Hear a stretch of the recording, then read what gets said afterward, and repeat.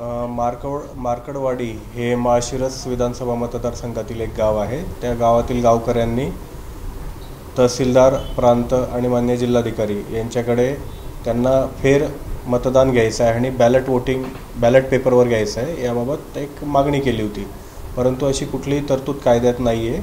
त्यामुळे तशी मागणी त्यांची फेटाळण्यात आली।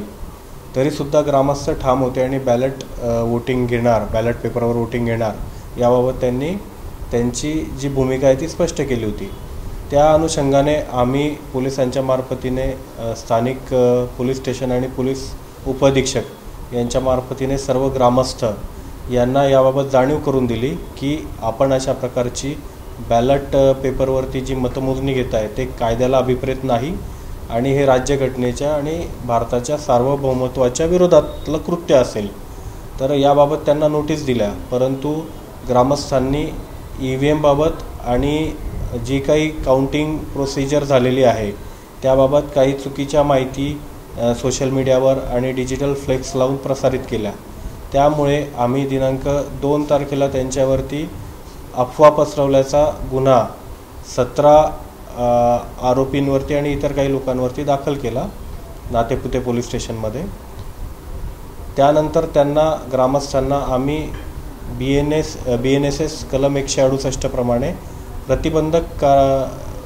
प्रतिबंधक कारवाईबाबत एक नोटीससुद्धा दिली की आपण अशा पद्धतीचं कृत्य कुठल्याही बॅलेट पेपरवरती वोटिंग घेण्याचं कृत्य करू नका।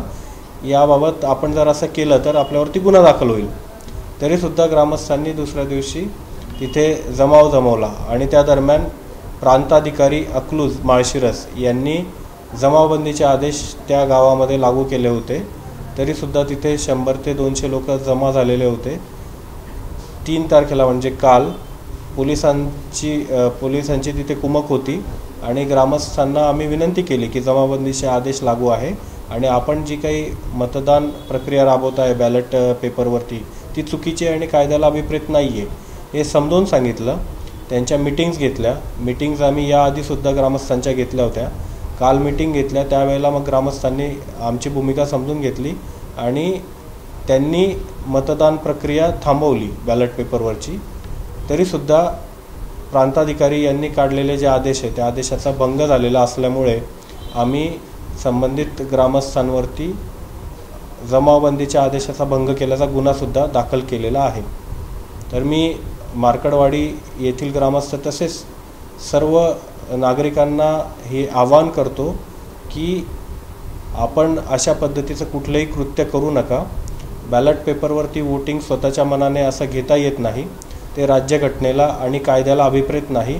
असं जर कृत्य आपण केलं तर आपल्याविरुद्ध BNS कलम 152 किंवा इतर कलमांप्रमाणे गंभीर गुन्हे दाखल होऊ शकतात आणि हे आपल्या सर्व नागरिकांच्या भविष्यावर दुष्परिणाम करणारं ठरेल।